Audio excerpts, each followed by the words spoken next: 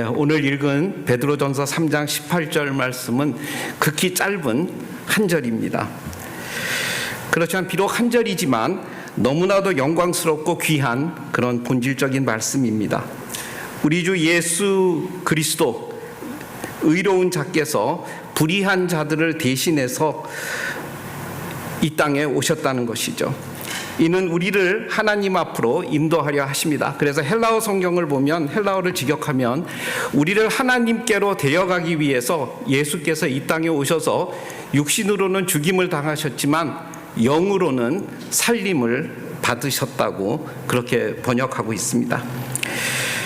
오늘 간단한 한 절의 말씀이지만 이 말씀이 우리 모두에게 임해서 성령의 구원의 역사 그리고 성화의 역사가 나타나기를 간절히 소망합니다.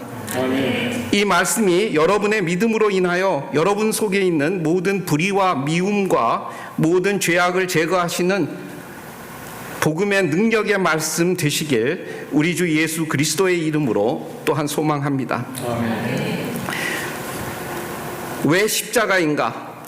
그 말은 예수님께서 불의한 자를 대신하기 위함입니다. 여기에서 대신이라는 말이 굉장히 중요한데요. 이 대신이라는 말은 사실 현대어로 쉽게 이야기하면 벌금을 내고 어떤 대가를 지불하고 우리를 구했다는 그런 의미이죠. 그 십자가에서 의로운 자 예수께서 불의한 자들인 우리를 대신하셨다. 대신 지불하셨다는 것입니다. 지불하셔서 그 죄값을 완전히 없애주셨다는 것이죠. 하나님은 우리의 죄를 용서하십니다. 그런데 하나님께서 이렇게 우리의 죄를 용서하시는데 어떤 방법을 쓰십니까? 그 방법은 바로 예수 그리스도를 우리 대신 화목제물로 받으심으로 우리의 죄를 용서하셨다는 것입니다. 그래서 우리가 흔히 신학적인 용어로는 이 말을 대속 혹은 구속 혹은 속죄라고 그런 여러 가지 등등의 한자어를 씁니다. 한번 이 세상에서 일어나는 일들을 예로 한번 생각을 해봅시다. 만일 어떤 재판관이 있는데 이 재판관이 이 살인범이나 강력 범죄들을 그들의 죄악함을 그들의 인간을 불쌍히 여겨서 무조건 용서한다고 한번 생각해 봅시다. 그럼 어떻게 되겠습니까? 말도 안 되죠. 이런 재판관은 빨리 자리를 뜨는 것이 좋을 것 같습니다. 그래서 하나님께서도 우리의 죄를 용서해 주시는데 무조건 용서해 주신다고 하면 그야말로 하나님이 하나님답지 않게 되죠. 왜냐하면 하나님의 성품 중에 우리가 가장 잘 대표적으로 알 수 있는 성격은 하나님은 사랑이 많으시고 자비하시고 하지만 하나님의 가장 으뜸되는 성품은 거룩함입니다. 하나님의 거룩함이 손상되면서 하나님은 무조건 우리를 용서해 주시는 그런 그 부실한 인간과 같은 그런 일은 행하지 않으시죠. 주 안에 사랑하는 새벽 이슬 교회 성도 여러분, 만일 하나님이 연약한 재판관과 같이 된다면 어떻게 되겠습니까? 이 세상의 모든 불의를 깨끗게 하지 않으면서 우리를 용서해서 거룩한 성도로 불러주실 수가 절대로 없는 것이죠.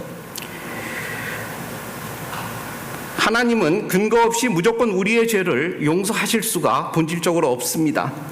만일 근거 없이 죄를 무시한다면 하나님께서는 더 이상 거룩한 분이 되실 수가 없기 때문이죠. 따라서 하나님께서도 어떻게 하십니까?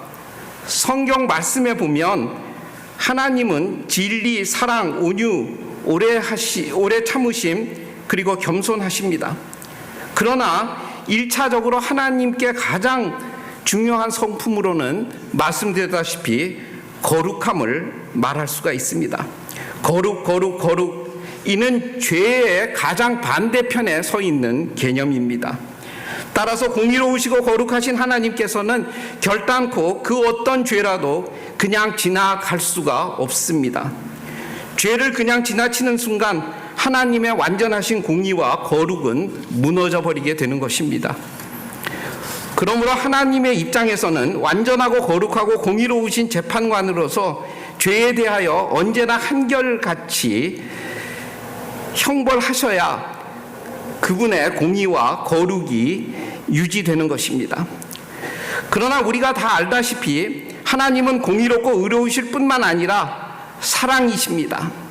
자비하신 분이십니다. 그분은 우리를 너무나 사랑하십니다. 그런데 문제는 우리의 죄입니다. 죄가 하나님과 우리 사이를 가로막고 있습니다. 그러므로 하나님께서 우리를 사랑하시려면 동시에 우리의 죄의 문제를 먼저 해결해 주셔야만 합니다. 방법은 죄는 벌하여야 하고 우리는 사랑하셔야 합니다. 살리셔야 하는 것이죠. 사랑하는 성도 여러분, 우리는 본질상 죄인이요 날 때부터 죄성을 가지고 태어납니다. 그러므로 행하는 모든 행위들, 생각하는 모든 것들, 말들 언제나 죄로 가득 찰 수밖에 없는 것이 우리의 현실입니다. 여러분, 신문이나 뉴스를 보면 하루라도 죄가 없는 날이 없습니다. 살인, 음란, 술 취함, 방탕, 마약 중독, 폭행, 변태 등 이루 말할 수 없는 갖가지 험악한 말들이 신문 지상에도 나오고 뉴스에도 나오죠. 이는 인간이 지독한 죄인임을 단적으로 증거하는 것입니다. 하나님은 우리를 향하여 무한히 사랑하시지만 그러나 죄에 대하여는 지독히 싫어하시고 미워하십니다. 그러므로 하나님께서는 그 마음속에 주의 백성들의 죄 문제를 해결하시려는 계획을 창세 전부터 갖게 된 것입니다. 죄에 대하여는 공의한 벌을 내리시고 그러나 동시에 죄인인 사람은 용서하는 방법입니다. 그래서 하나님께서 생각하신 방법이 오늘 본문에 나오는 대로 대속이십니다. 대신 누군가가 우리의 죄를 대신 치르는 것입니다.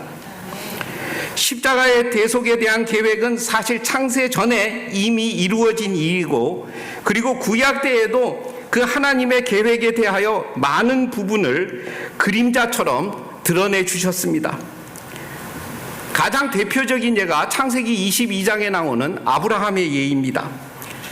아브라함은 첫 번째 히브리인입니다. 아브라함 이전에는 히브리인이라는 말이 없었죠. 아브라함이 첫 번째 히브리인입니다. 유대인들의 아버지, 정말 신실한 사람이요 모든 인류의 찬란한 영웅 중에 한 분입니다. 그는 동시에 모든 믿는 이들의 믿음의 아버지라는 사실을 우리 모두는 잘 알고 있습니다. 하나님께서는 아브라함을 통하여도 이 대속의 계획을 여실히 잘 보여주셨습니다. 창세기 22장에 보면 어느 날 하나님께서 자녀가 전혀 없는 아브라함에게 말씀하십니다. 이것은 창세기 훨씬 이전에 나오는 이야기죠. 아브라함아, 내가 너에게 아들을 주겠다. 이 아들은 너의 후손이 될 것이다. 이 아들의 이름을 이삭이라 하라. 이 아들을 통해서 모든 민족이 축복을 받게 될 것이다. 이 이삭이란 이름의 뜻이 무엇입니까? 웃음입니다. 너의 마음속에 한없는 기쁨과 웃음을 줄 아들 이삭을 주시겠다는 것입니다. 이 이삭은 예수님처럼 예언의 아들입니다. 마치 예수께서 태어나기 이전에 예수라는 이름을 받은 것처럼 곧 이 아들 이삭도 태어나기 전에 이름을 받은 것입니다. 기적으로 태어나는 아들 이삭입니다. 100세나 되는 아브라함에게, 그리고 잉태할 능력이 없는 그의 아내 사레의 경우 불가능한 것이죠. 그러므로 사라가 아이를 낳는 것은 정말 불가능한 상태인데, 그러나 하나님께서는 아브라함에게 약속하시길 사라가 잉태할 것이고 아들을 낳을 것이요 이 아들을 통해서 모든 민족이 축복을 받을 수 있을 것이라고 분명히 약속하고 계십니다. 이 아들 이삭은 언젠가 이 땅에 오실 메시아 우리 주 예수 그리스도를 상징하는 구약의 인물이기도 합니다. 어느 날 하나님께서는 아브라함에게 오셨습니다. 아브라함아, 왜 부르십니까 주님? 이삭을 데리고, 내가 사랑하는 너의 독생자 이삭을 데리고 내가 너에게 보일 곳으로 가라. 거기서 이삭을 번제로 드려라 하는 청천벽력 같은 그런 말씀을 주십니다. 아브라함은 이렇게 말씀하시는 분이 분명히 하나님이심을 알고 있었습니다. 그러므로 왜 이런 부탁을 하시는지 그는 알 수는 없지만 그러나 우선 순종해야 한다고 생각했던 것입니다. 하나님은 기적의 하나님이십니다. 그러므로 분명히 어떠한 기적을 베풀 것이다 라고 아브라함은 하나님을 굳게 믿었습니다. 여러분들 다 같이 신약 성경 히브리서 11장 17절에서 19절을 한번 보시기 바랍니다.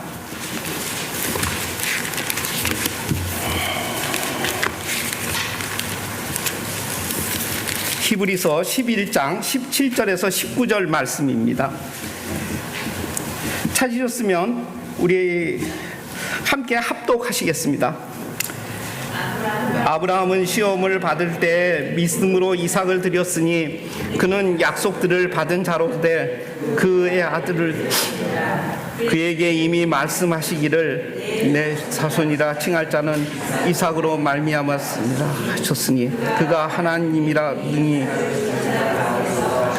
살리되 비유컨대 그를 죽은 자 가운데서 도로 받은 것이니라. 아멘. 이 히브리서 기자에 의하면 아브라함은 하나님께서 이삭을 다시 살리실 줄을 미리 알고 있었다는 것입니다. 정말 이것이 믿음의 본질이죠.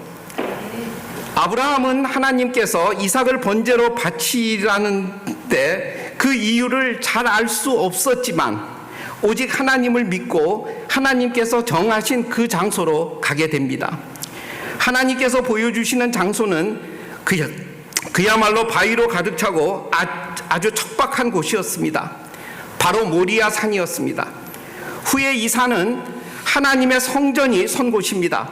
역대하 3장 1절을 보니까 솔로몬이 예루살렘 모리아 산에 여호와의 전 건축하기를 시작하니라고 되어 있습니다. 바로 아브라함에게 이삭을 데리고 번제로 바치라고 명령했던 그 장소 모리아 산이 바로 솔로몬이 성전을 세우는 그 장소가 되었던 것입니다. 그리고 마침내 이 모리아 산은 예수 그리스도께서 십자가를 지신 갈보리 산이 됩니다. 모리아 산은 거친 아주 흉악한 그런 산이었습니다. 젊은 이삭이 나무를 자신의 어깨에 메고 모리아 산으로 올라가고 있습니다. 이것은 마치 예수께서 십자가를 등에 지고 갈보리 산으로 올라간 것과 같은 그림입니다. 아브라함이 번제를 위하여 타오르는 횃불을 들고 있었습니다. 이것은 마치 하나님이 우리의 죄를 향한 타오르는 진노를 그대로 그려주고 있습니다. 아브라함의 손에는 칼이 들려 있었습니다. 이것은 한마디로 죄에 대한 메시지입니다. 죄에 대한 결과는 반드시 죽음이라는 것이죠. 아버지와 아들이 함께 모리아 산으로 올라가고 있습니다. 산으로 올라갔을 때 이삭이 질문을 합니다. 아버지, 장작도 있고 칼도 있고 불도 있는데 번제할 어린 양은 도대체 어디에 있나요? 이 말을 듣는 아브라함은 눈물로 가슴이 막혔을 것입니다. 그리고 성경에서 가장 위대한 발언을 하게 됩니다. 나의 아들아, 하나님께서 번제할 어린 양을 친히 준비하셨단다. 하나님께서 친히 준비하신단다. 하나님께서 지시하신 곳에 그들 부자는 마침내 도착했습니다. 그곳은 산의 꼭대기입니다. 이삭, 손을 내밀어라. 그리고 아브라함은 아들 이삭의 손을 꽁꽁 묶습니다. 이때 아브라함은 늙은 노인이었습니다. 반면 이삭은 힘이 철철 넘치는 젊은이였습니다. 아무 때라도 아버지를 밀어내고 거부할 수 있는 힘을 가진 상태이지 않겠습니까? 분명히 그럴 수가 있습니다. 그리고 아무리 순종하는 아들이라 할지라도 자신을 죽이려는 그 상황은 얼마든지 발버둥치고 거부할 수가 있는 것입니다. 그러나 이삭은 손을 내밉니다. 그리고 순순히 손을 묶입니다. 마치 예수께서 나는 내 생명을 스스로 주노니 누가 나의 생명을 취함이 아니라 내가 스스로 내 목숨을 버리노라고 말씀하시는 모습을 그대로 묘사해주고 있습니다. 여기서 아들 이삭은 아버지의 뜻에 철저히 순종합니다. 내 뜻이 아니라 아버지의 뜻이 이루어지길 원합니다 라는 예수의 고백을 듣는 것과 같습니다. 아브라함은 이제 칼을 들고 이삭을 향하여 한 걸음 한 걸음 다가섭니다. 그 순간에 이삭은 아버지께 버림을 받는 정신적 고통을 당하고 있습니다. 예수께서 십자가에서 하나님께 버림을 받는 그 고통만큼이나 큰 고통을 당하고 있습니다.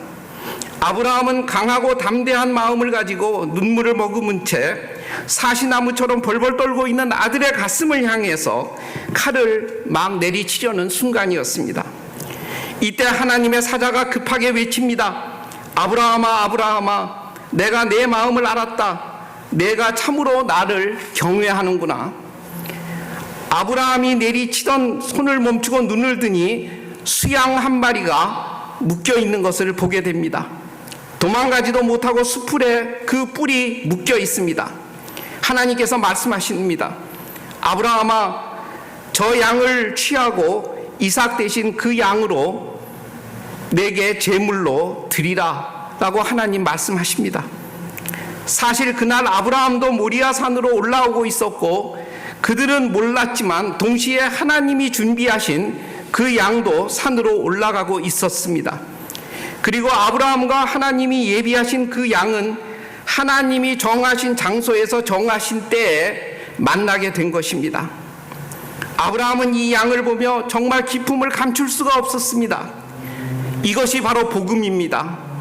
이것이 바로 대속이라는 말입니다. 다시 살아난 이삭을 안으며 그는 눈물을 흘립니다. 하나님께 감사합니다. 그러면 그렇지 우리 하나님은 나를 정말 사랑하시는구나 하는 감정에 휩싸이게 됩니다. 그 양을 당장에 잡고 대신 이삭을 붙들고 얼싸안으며 기쁨을 감당하지 못하는 아브라함과 그 아들 이삭입니다. 이때 아브라함이 깨달은 것이 있습니다. 그 양을 잡으면서 그 양의 피를 흘리면서 친히 하나님께서 자신과 아들 이삭을 위하여 그 어린 양을 준비하셨음을 깨닫게 됩니다. 이삭 대신 번제를 드릴 대속의 양을 준비하심을 깨닫게 되었다는 말입니다. 이 과정을 통해서 이 말은 이 양은 상징일 뿐이며 실제로는 이제 죄인들을 대신해서 죽게 될 하나님의 아들 어린 양 메시아의 날이 있음을 알게 되면서 아브라함은 하나님의 대속의 진리를 깨달은 것입니다. 그래서 그 모리아 산의 그 장소를 여호와 이레라고 부르게 되었던 것이죠. 하나님께서 친히 예비하셨다. 하나님이 준비하신 그 양이 나의 아들 이삭을 대속하였다라는 말입니다. 두 번째로 이 십자가에 대해서 가장 좋은 예는 구약 성경에 나오는 출애굽 과정에서 하나님께서는 주의 백성들에게 유월절 어린 양을 알려주시게 됩니다. 수천 수만의 양들이 이스라엘 백성들을 위해서 유월절 희생양으로 드려졌습니다. 유월절 그날은 하나님의 공의롭고 거룩하신 심판이 임하는 날입니다. 그러니 어린 양의 피를 문설주와 문인방에 바른 사람들에게는 심판이 지나가서 생명을 구원할 수가 있었습니다. 하나님께서 말씀하십니다. 내가 그 피를 볼 때 내가 넘어가리라. 이것이 바로 유월이죠. 이 표현 또한 대속의 진리입니다. 그 이후 이스라엘 백성들은 이 대속의 양을 따로 기르기 시작했습니다. 그리고 그 양을 유월절 양이라고 부르며 구분하여 길러왔습니다. 어디서 이 짐승을 따로 길렀겠습니까? 바로 예루살렘에서, 성전 근처에서 유월절 양을 길렀습니다. 예수님께서 탄생하시던 밤에 예루살렘 지경에서 목자들이 양을 치고 있습니다. 이들은 어떤 양을 치고 있는 것입니까? 이들은 바로 그 절기를 생각하면 바로 유월절 양을 치고 있는 셈이었습니다. 이 목자들이 천사로부터 성탄의 첫 소식을 듣게 되는 것입니다. 그때 작은 양이 예루살렘에서 태어나게 됩니다. 그는 진짜 유월절 양이었습니다. 냄새나는 구유에서 동정녀의 몸에서 태어나셨습니다. 유월절 양들이 많지만 지금 예루살렘 베들레헴에서 난 어린 아기는 바로 그 유월절 양입니다. 그 유월절 희생양이라는 말입니다. 세례 요한이 이 양을 보았습니다. 그가 사람들 앞에서 증거하여 외칩니다. 요한복음 1장 29절을 보니까 보라, 세상 죄를 지고 가는 하나님의 어린 양이로다 라고 요한은 선언하고 있습니다. 예수께서 십자가를 향하여 예루살렘에 들어오시던 그때도 바로 유월절이었습니다. 예수께서는 예루살렘 성전에 들어오십니다. 그리고 감람산에 오르시고 나귀 새끼를 타고 예루살렘 동문을 지나십니다. 동문으로 가실 때 무리들이 예수를 맞이했습니다. 호산나 호산나 할렐루야, 다윗의 자손이여, 이스라엘의 왕이여, 하나님께 영광, 하나님께 영광라고 외쳤습니다. 동시에 같은 시간에 이스라엘 백성들은 유월절을 준비하기 위해서 예루살렘의 유월절 양들도 정확히 그 유월절 양들 역시 동문으로 통과하고 있었습니다. 그리고 수도 없이 많은 유월절 양들은 양의 문을 지나고 있었던 것입니다. 갈보리 산을 향하여 하나님의 어린 양이신 예수님께서도 오르시고 실제 예루살렘에서 길러진 유월절 양들도 예루살렘 성을 향하여 오르고 있었습니다. 제사장들이 양을 검사합니다. 유월절 양은 흠도 없고 점도 없어야만 했습니다. 동시에 제사장들과 대제사장들이 예수를 검토하고 있습니다. 비난하고 묻고 따지고 조사하고 어디 흠이 있나 찾으려고 온갖 질문을 하지만 결국 아무 죄나 흠을 찾을 수가 없었습니다. 결국 이 세상의 법을 대표하는 로마 법정의 총독 빌라도에게까지 끌려가 흠이 있나 조사를 당하게 됩니다. 그리고 그 빌라도가 고백을 합니다. 나는 이 사람에게서 아무 흠도 발견할 수 없다. 이는 곧 예수 그리스도께서는 공식적으로 그리고 법적으로 완전하고 흠이 없는 유월절 양으로서 모든 사람 앞에서 인정을 받았다는 뜻입니다. 유월절 날 3시 제사장들이 예루살렘에 온 각 사람을 위하여 유월절 양을 잡아 죽이고 있는 것과 같은 시간이었습니다. 로마 법정은 하나님의 유월절 어린 양 예수 그리스도를 십자가에 못 박고 있었습니다. 장소도 예루살렘이요, 시간도 같았습니다. 그리고 그 산은 하나님께서 친히 아브라함에게 말씀하셨던 바로 그 산입니다. 내가 이 산에서 내가 준비하리라. 바로 여호와 이레가 완전히 성취되는 것이 예수님의 십자가였습니다. 예수께서는 십자가상에서 하나님의 어린 양의 모습을 드러내고 계십니다. 십자가상에서 머리를 숙이고 고통과 피범벅 속에서 제물이 되고 계십니다. 예수께서 마지막 숨을 거두시기 전에 큰 소리로 부르짖습니다. 요한복음 19장 30절에 보니까 예수께서 신포도주를 받으신 후 가라사대 다 이루었다 하시고 머리를 숙이시고 영혼이 돌아가시니라. 다 이루었다. 이 말씀은 쉽게 말해서 내가 다 지불했다는 말입니다. 죄값을 다 지불한 것이죠. 하나님의 공의를 100% 만족시켰다는 말이기도 합니다. 제사장들은 이제 더 이상 성전에 있을 필요가 없게 된 것이죠. 더 이상 동물인 유월절 양이 그 양들의 희생이 필요가 없게 되었다는 말입니다. 모든 그림자들이 다 실체로 이루어졌습니다. 지금까지 그림자로 그려져 왔던 하나님의 영원한 계획이 실제로 예수 그리스도 어린 양으로 인해서 다 이루어져 버린 것이었습니다. 모든 것이 끝났습니다. 하나님의 대속의 계획은 완전히 성취된 것입니다.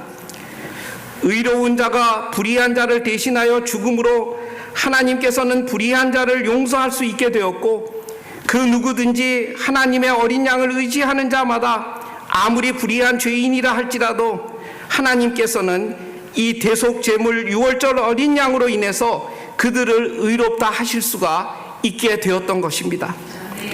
그리고 그 어린 양을 통과하는 자들마다 의로우신 재판관 하나님의 진노를 두려워함이 더 이상 없게 되었습니다. 아니, 오히려 하나님께 기쁨으로 감사로 나아가게 되었던 것입니다. 이는 우리를 하나님의 양으로 인도하려 하심이라. 예수님께서 십자가에 달리기 전에 빌라도는 관례에 따라 무리의 요구에 따라 죄인 하나를 풀어줄 수가 있었습니다. 빌라도는 의로운 예수를 사실 풀어주기를 원했습니다. 아직 예수의 죄에 대한 형벌에 대해서 결정짓지 않은 상태였죠. 빌라도는 의도적으로 무서운 죄수 하나를 무리들 앞에 거론하고 있습니다. 빌라도는 먼저 바라바를 거론했습니다. 바라바는 도둑질, 반역자, 살인자, 정말 악한 범죄자였습니다. 그 누가 보아도 바라바는 너무나 무섭고 잔인한 악독한 죄인이기에 십자가에 죽어 정말 마땅한 자였습니다. 그래서 빌라도는 예수와 바라바 중에 하나를 택하라고 자신 있게 유대인들에게 질문을 했던 것이죠. 그의 생각은 이들 군중이 저 악명 높고 무서운 바라바보다는 분명히 예수님을 사멸해 줄 것을 택하리라고 생각했던 것입니다. 너희 무리들아, 너희는 누구를 원하느냐? 바라바냐 예수냐? 누구를 석방하랴? 그러나 뜻밖에도 빌라도의 기대와는 달리 군중들은 대제사장들과 장로들에게 사주를 이미 받았기 때문에 예수를 십자가에 못 박으라, 바라바를 놓아주라 라고 말하게 된 것입니다. 바라바를 놓아줘? 그러면 이 예수는 어떻게 하랴? 이때 바로 예수의 형이 결정나는 것입니다. 예수를 십자가에 못 박으라 라고 군중들이 외칩니다. 따라서 예수는 도둑놈이요, 반역자요, 살인자요, 온갖 악을 행하는 무서운 죄수 바라바 대신에 십자가에 못 박히게 되는 것입니다. 군병들이 예수님을 잡아 십자가에 달아맵니다.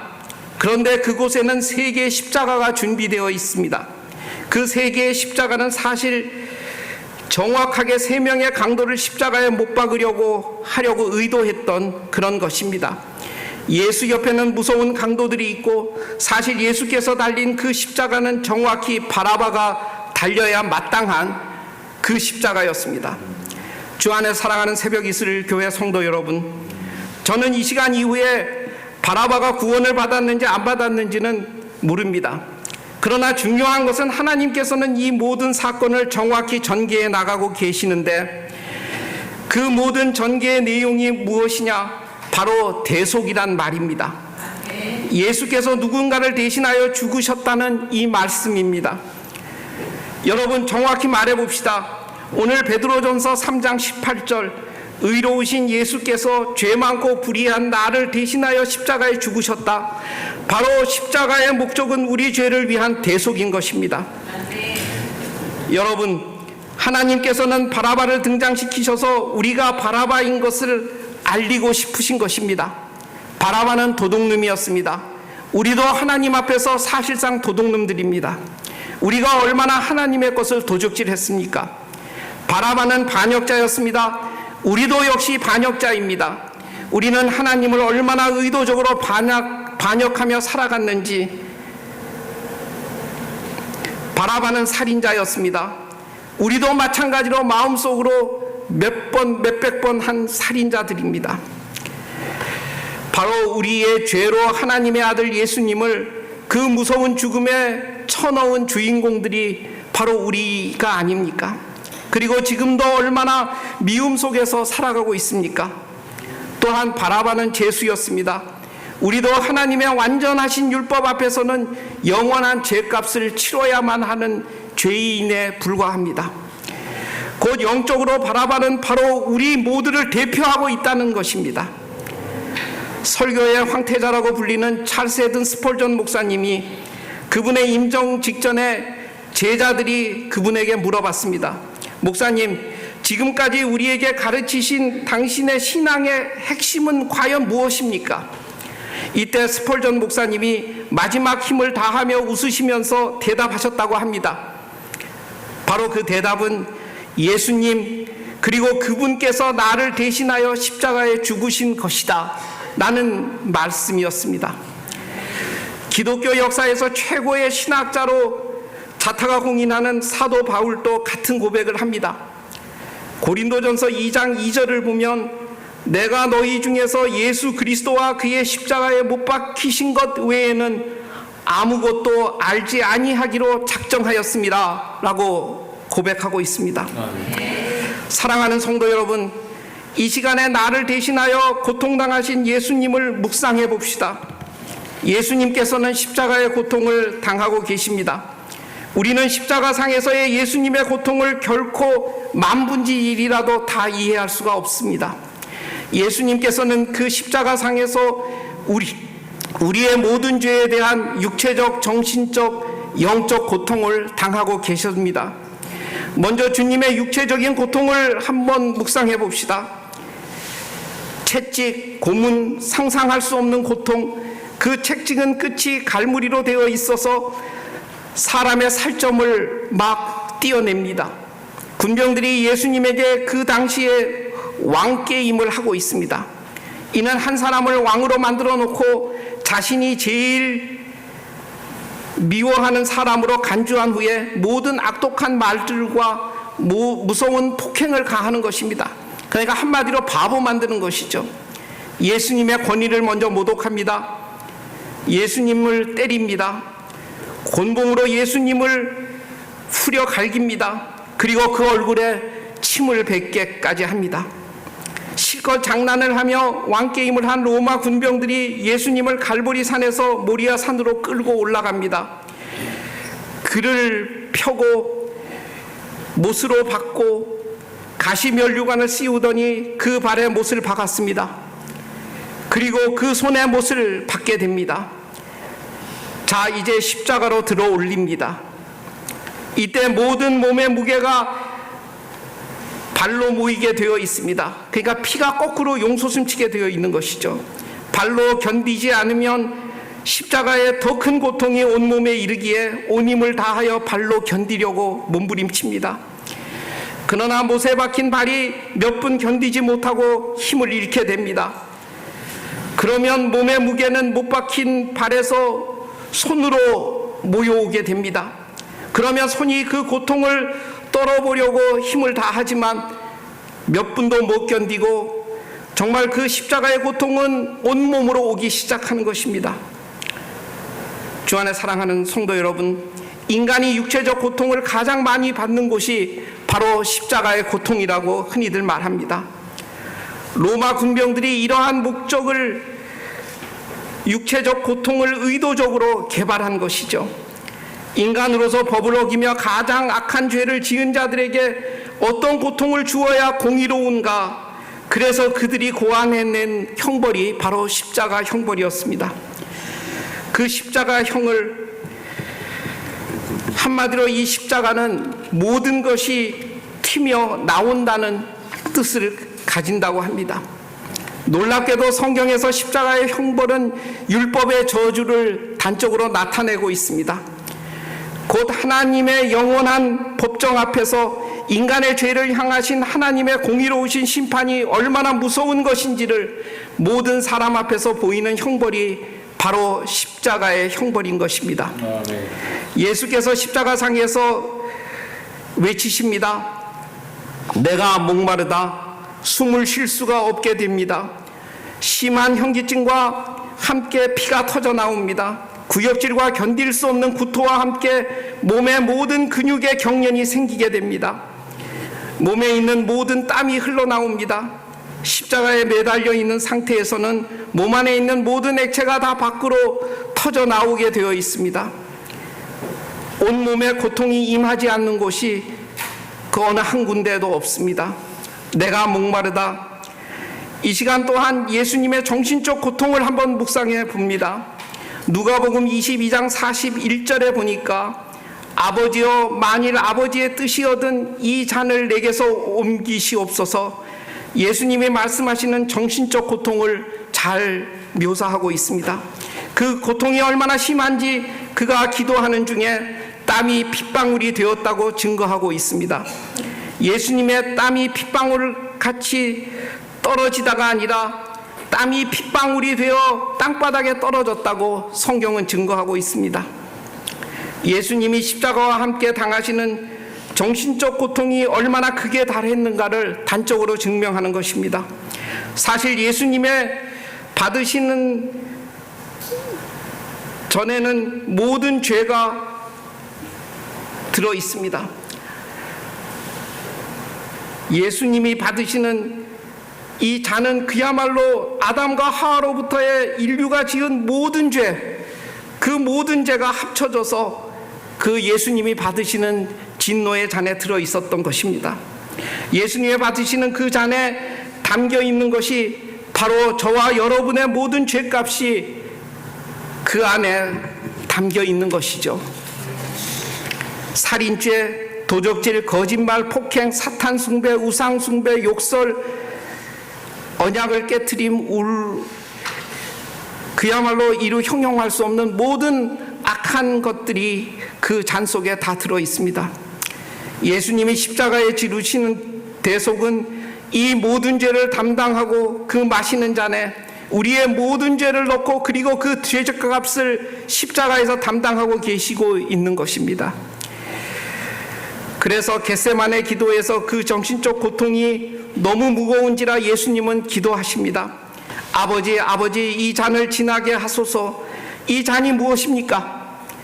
이 잔은 바로 이 세상의 모든 하나님의 백성이 지은 모든 죄에 대한 고통을 자신께서 담당하고 계신 그것을 말하고 있죠.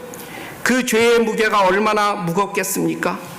그러니 주님의 땀이 핏방울이 되어 흘러내릴 수밖에 없었던 것입니다. 이제 마지막으로 예수님의 영적인 고통을 한번 생각해 봅니다. 그는 하나님의 몸 안에 영원히 계셨던 아들 예수이십니다. 하나님의 최고의 사랑의 대상이 바로 예수님입니다. 영원토록 한 번도 아버지와 아들은 분리된 적이 없었습니다.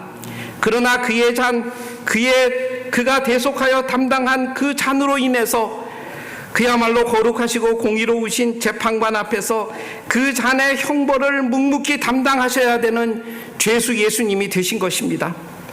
그는 우리의 죄를 대신 치를 하나님의 어린 양으로서 하나님 공의의 대상이요 하나님의 죄에 대한 공의의 심판이 내려지는 그 순간을 맛보게 됩니다.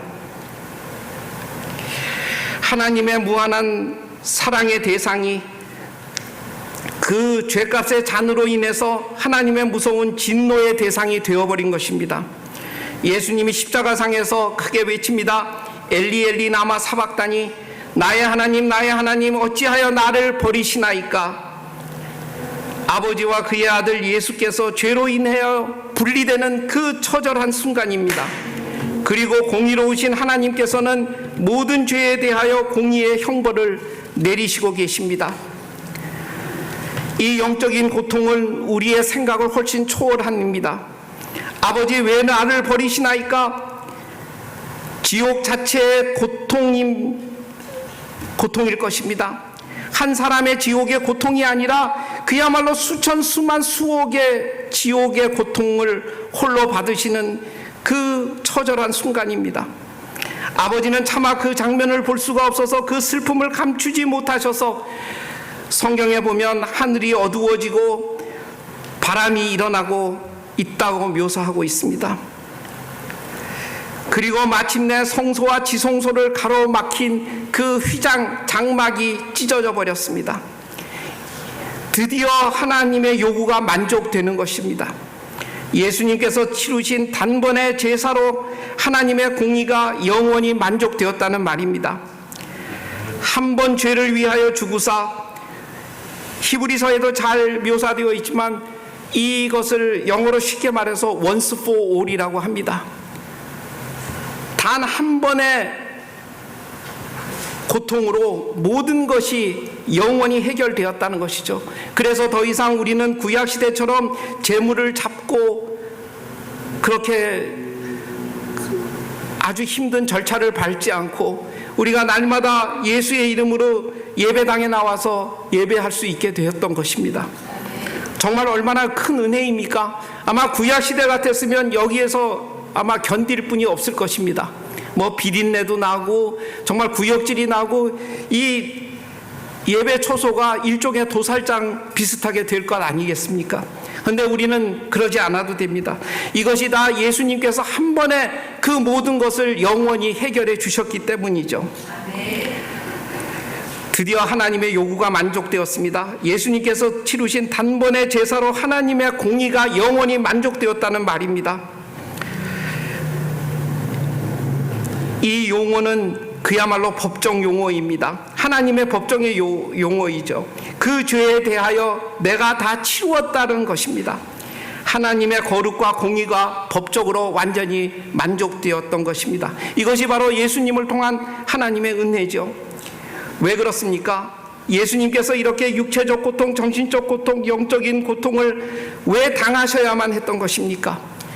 그것은 바로 쉽게 말해서 나 때문에 내 대신에 하나님의 가장 완벽하고 공의로우신 법을 만족시키시기 위해서 예수께서 내 대신 십자가를 지셨던 것입니다.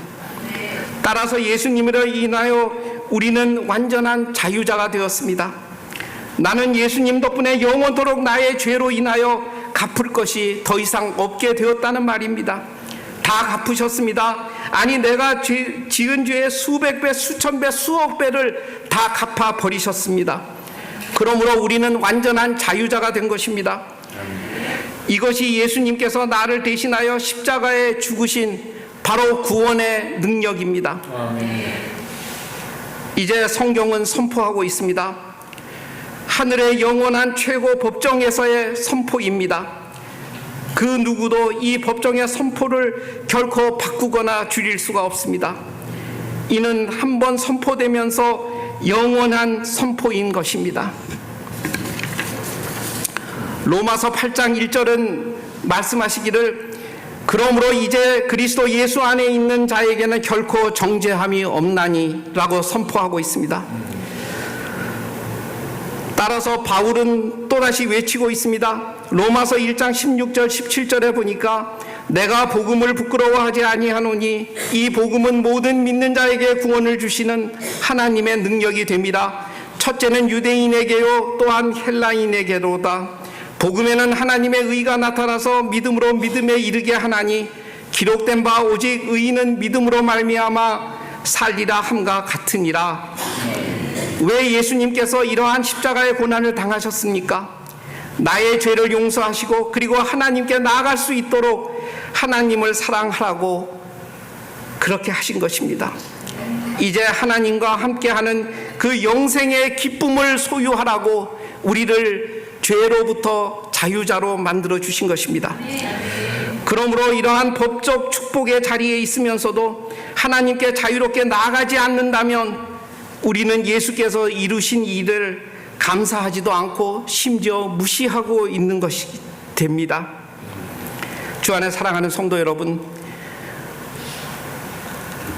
정말 예수님의 그 대속의 죽음을 우리는 영원히 감사하고 우리는 영원히 인정하면서 우리는 영원히 전해야만 하지 않겠습니까? 이제 앞으로 예수님의 보혈만을 믿고 언제나 하나님 앞으로 담대히 나아가는 저와 여러분 모두가 되시기를 간절히 바랍니다. 아멘. 그래서 우리가 정말 참 하나님의 자녀와 백성이기를 소망하며 그것을 드러내면서 앞으로 신앙생활을 잘 해나갈 수 있도록 우리 주 예수 그리스도의 이름으로 간절히 기도합니다. 아멘.